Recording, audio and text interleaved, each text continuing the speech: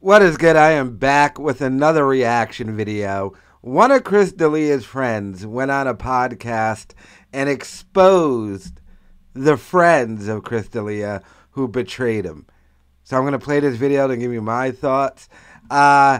He named names. Ned Isakoff, you are on the list. So he kind of goes off here. So let's go ahead and check this out, and I'll give you my thoughts on it. This is from the Leo and Danny show.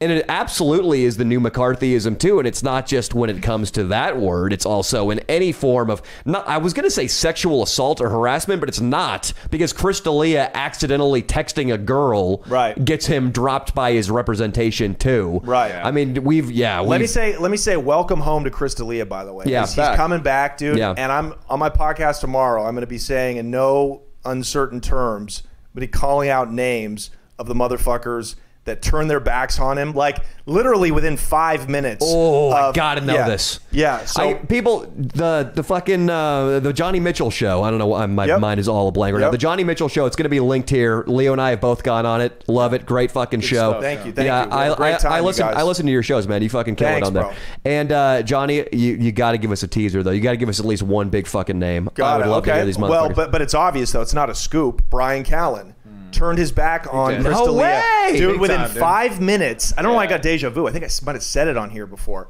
Within 5 minutes of the allegations coming out, you see Bryan Callen, my buddy texted me, he was like, Bryan's purging his Instagram of all videos with Chris. Yeah. Did he? Whitney went back. This is within the hour of this shit coming out. Bad, dude. Starts deleting the YouTube videos of them together, okay? She made a statement too, like against him. Right, that's right. And then what happens to Bryan Callen the next month? But didn't Whitney get him a lawyer?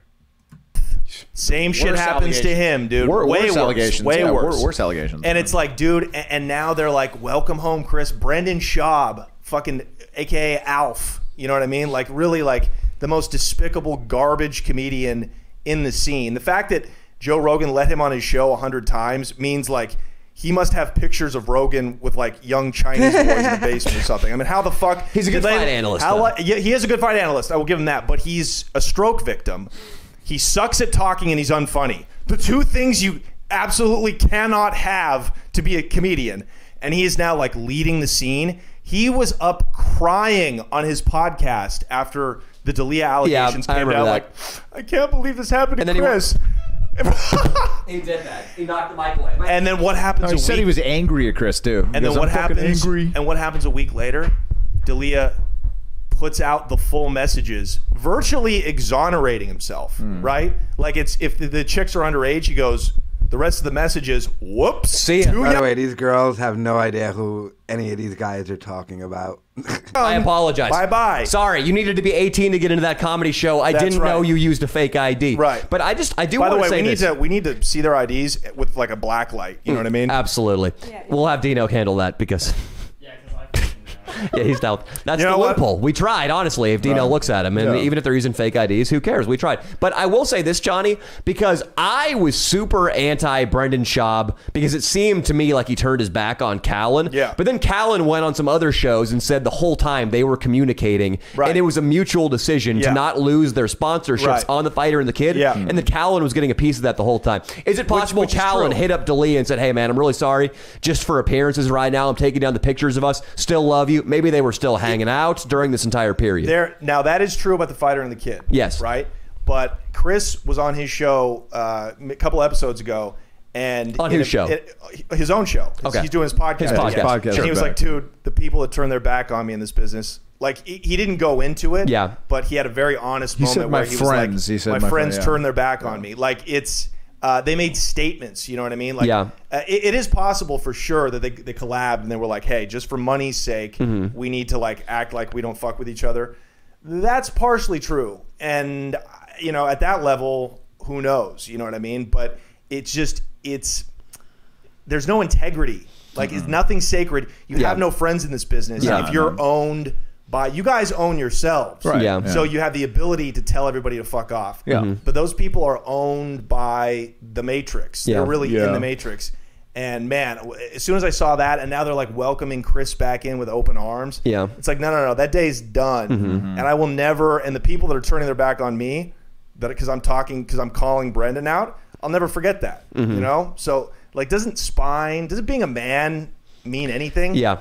I don't know. Yeah, absolutely. I mean, if you don't have guiding principles, what's the point of doing what you're doing? Right. If you're just wishy-washy, then, I mean, I talk about it as making garbage content, for instance, or doing garbage stand-up. Right. If going up there and doing hack material or ripping off somebody else's act doesn't pay off 15 years down the road, 10 years down the road, why even continue?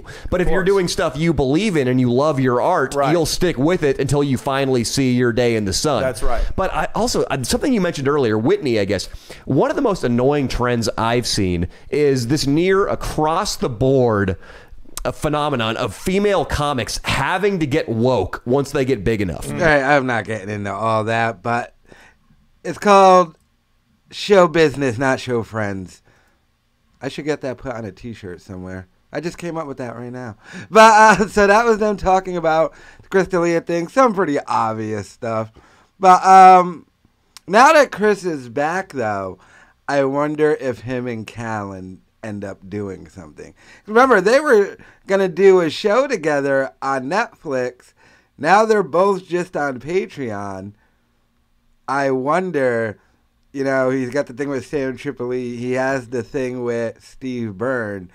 If they now come together, I mean, it would make the most sense, like a once-a-week podcast with Callen and D'Elia, unless D'Elia is really mad at Callen. I don't know, but let me know your thoughts in the comments.